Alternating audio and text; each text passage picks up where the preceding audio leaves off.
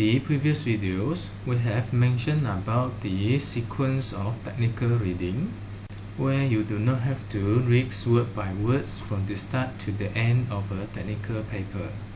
You may adjust your reading sequence in order to fulfill your purposes at different stages of your research study.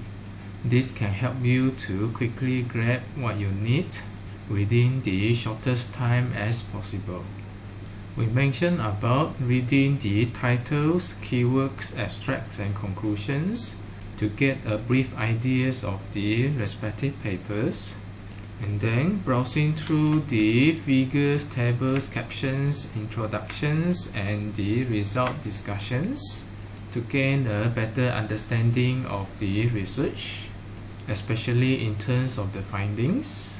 And if you need to know more detail, especially on how the research is being carried out, you can read the methodology, data, and analysis. What you see here is you are looking for different types of informations at different sections of the paper. This is because different sections of the paper serve different purposes in the process of delivering information to the reader.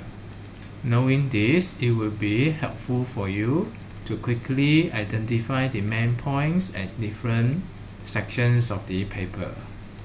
This slide gives you an idea of the elements in the text to look for in order to find the information that you need. The table here divides papers into three main parts. The first part, it will be the introductions and the problem statement. The second part will be the theoretical sections or chapters. And the third part, it will be the chapters covering methods, analysis, and conclusion. The purposes of these three parts is different. Therefore, you will expect different kind of informations when you encounter the respective section. First, let us look at the introductions and the problem statement. This section is mainly about what they are doing for the research, what is the rationale behind it, and probably establishing some prior knowledge to the reader to help the reader comprehend better their papers at the later stage.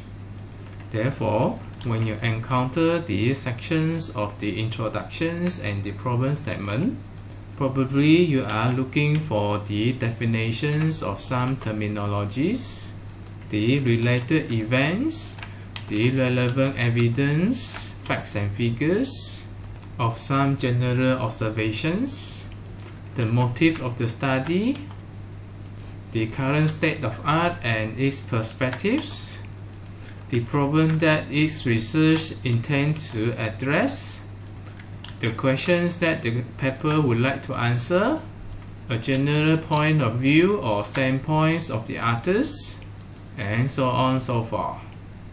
Basically, this section is to establish and set the directions, implying the significance of this study and giving you an idea to correlate its research with the problems that it intends to cater for. The second part, it will be the theoretical sections of the chapters. This will be the part with a lot of theoretical insights.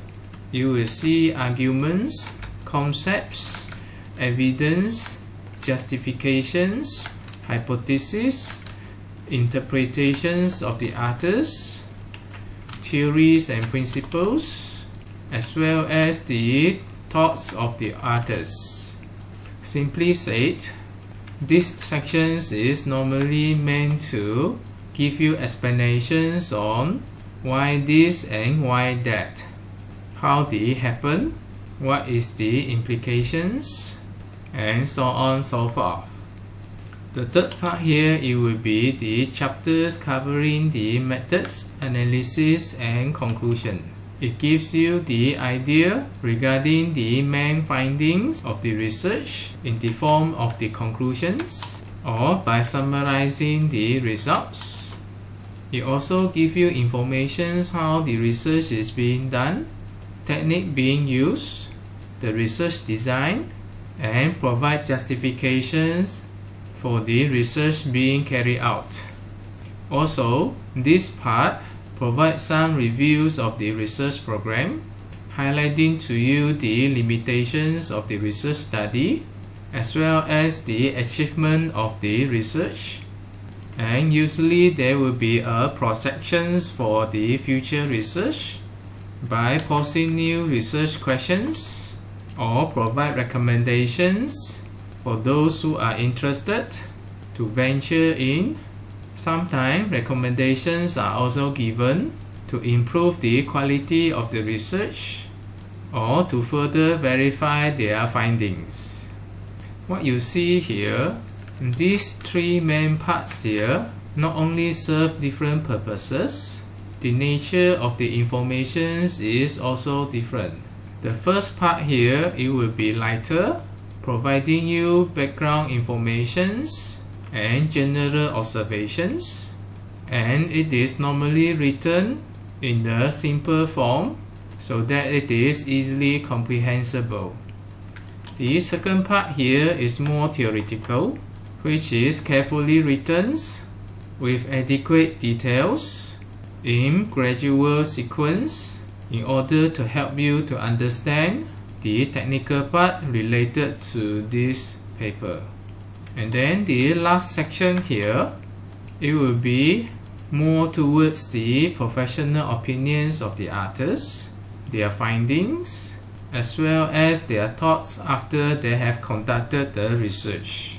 Normally there will be new insights which is elevated from the theoretical sections, and most of the time it is worth referring if you wish to further the study as an extension to the research carried out by the author.